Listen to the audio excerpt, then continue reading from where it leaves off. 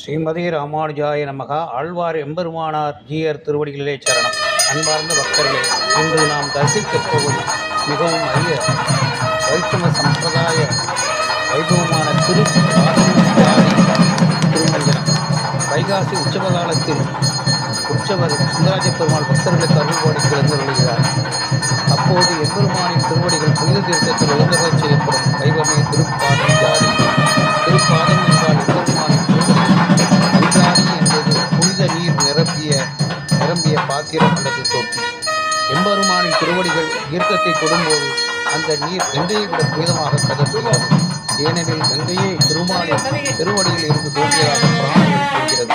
இந்த வைபவம் நமக்கு ஒரு பெரிய தத்துவத்தை உணர்த்துகிறது.